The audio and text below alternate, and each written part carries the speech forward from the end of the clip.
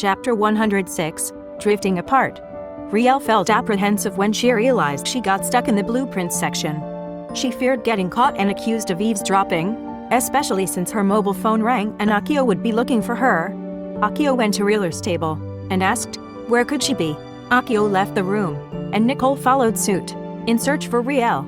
Riel quickly took her phone and saw it was Huan Chul, and she answered, Riel. Hi. I already discussed the renovation with our interior designers, and they will begin today. Riel cut in. It's all right, Chul. I am confident in their ability. After the call from Huan Chul, she was thinking of leaving her post. She was typing her letter when Akio came in, but he didn't mind looking at her. Riel felt that they were both drifting apart. Riel saw that Akio was carrying his things and wondered, where will he bring all those rolled plans? She stood and went to assist him, but Akio halted her. No need to help, Akio retorted. Riel falls aback. What's the matter with you, Akio? Why are you so angry at me? What's your beef? Akio stared at Riel severely and said, why should I be angry at you? Have you done something wrong to displease me? Akio sarcastically asked. Riel was taken aback. I catch your drift. You're sulking, because you saw Hyunaki and me in the pool with her son, and that displeased you? Hyun already explained, didn't he? He saved our son from drowning. What was wrong with that, Akio? Right after that incident, you just left, and then now, look at us. You're not even talking to me. You even refused the peace offering I gave you. It would be best if you showed just a little sign of gratitude that I prepared a yakadin for you, but instead, you dislike it.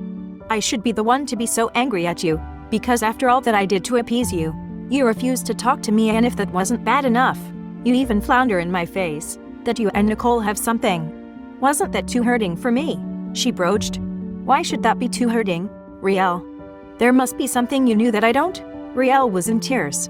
If I am truly a friend to you, you should have at least been delighted to tell me that you finally found your girl. But what are you trying to imply now?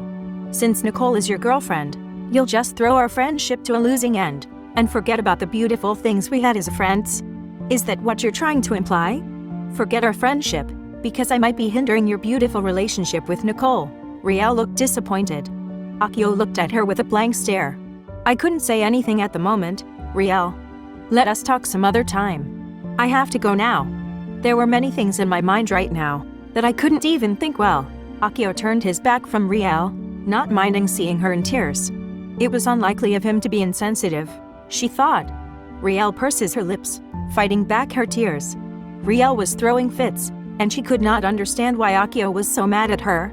She then thought, I feel there's no more room for us to be at peace with one another. We'll never see each other again, Akio. I feel sorry that our friendship has to end bitterly so. Riel continued writing her resignation letter.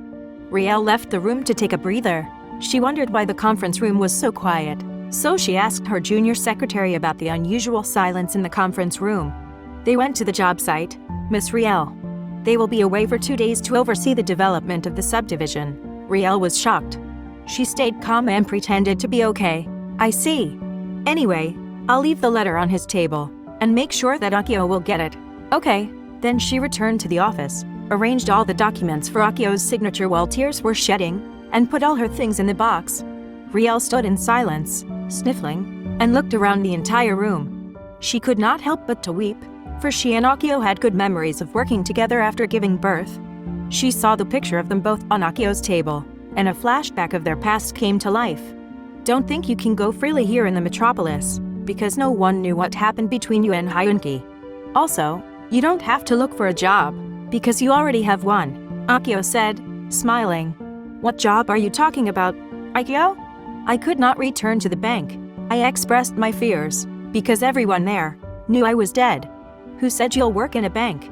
I need an assistant in my office, and you got it. You can come to work any time of the day, but no night shifts, he jested. Since you're breastfeeding, we can bring young Sick to the office. I made a small room where his crib will be placed and a lazy boy's chair for you as you nurse your baby. His nanny would care for him, while you're busy with paperwork. Akio had been there for me through thick and thin, especially in caring for young Sick. He was like a father to my son. He changed young Sick's diapers, carried him whenever he cried, and worried so much when young Sick got sick. And as he grew bigger, Akio was always there for him, playing with him, and got so excited when Hyung-sik said his first words. Mama and Papa Akio spent most of his time with Hyung-sik and me. Whenever he was out of town to visit the hotel and subdivision he was building then, he would go straight to see us rather than go home and rest. Hyung-sik became Akio's world. The things a father does for his son, Akio filled it. He had been such a good supportive friend. There was this time when I was cooking our meal. I was in the kitchen with another maid, Ruby, when little Hyung-sik cried, "Look after the little one for a while, Ruby. My hands are dirty now, and I have to finish cutting this meat." I was focused on the meat, slicing them to pieces. When Akio came from behind. "Need my help? Hot mama." Akio whispered that I was stunned. I cut my finger, and he became nervous. I'm sorry. I never thought I would startle you that way. Getting yourself cut. Akio took my finger and put it in his mouth to sip the blood, then took the first aid kit from the cupboard and treated my wound. He looked at me gently and brushed my hair gently with his fingers as he kept saying sorry. I could feel his affection, but he never confessed how he felt for me. Akio had to return to Japan because his father had to talk to him about their business. That couldn't wait. I'll be away for a few weeks, Riel. My dad told me to return for something urgent that can't be dealt with over the phone. Please take good care of yourself and let Ruby help you care for little Hyung-sik. Don't overdo things just because you want to be hands-on over the little one. I don't want to hear that you got sick or anything. That would make me worry, please. I smiled. Then to lighten the mood, I jested. Akio, don't go if your dad has to marry you with a woman of their liking. Do you hear? Akio got slighted by what I said, rather than just laughing it off. Oh, come on, Akio. Don't be sulky. But if ever you would marry, have your wedding here, so I could properly give my best friend away.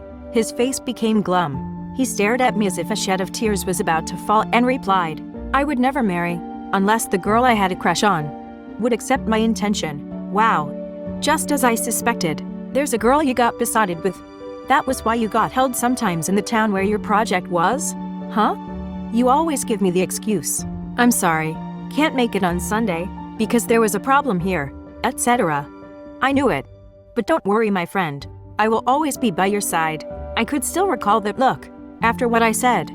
It was like his emotions bottled up, and he became gloomier. I thought he felt sad that he would be away for weeks. Akio had been away for a month then. I became anxious and worried, thinking that my suspicion was correct. His parents made him marry a woman equal to their wealth and affluence. I felt a prick in my heart that I suddenly became so lonely, so afraid that he was gone for good. At first, I thought I longed for him because I missed a friend, but I realized I felt affection for him as the days went on. But I thought, was it right? Though my husband and friends thought I was dead, I was still married. Would it be justifiable that I could love him, despite my marriage and now have a child? Does he have feelings for me? No, I don't think so. I am just a friend, a close friend of his, and besides, he has a girl he said he had a crush on. I would be stupid if I longed for him, want him to love me, when I am but a friend. Akio returned after 2 months. He brought a lot of toys for Hyung-sik. Well, I'm back, and how are things for you, Riel? Did you miss me, my old friend? And that was what I am for him, an old friend. He talked about the business his dad had an interest in, and then he said he was excited to see the girl he had a crush on and maybe let her know his intentions. And weeks passed since his return. He never talked about his fascination, only about the project he had managed. Was their friendship the only thing that mattered for Akio?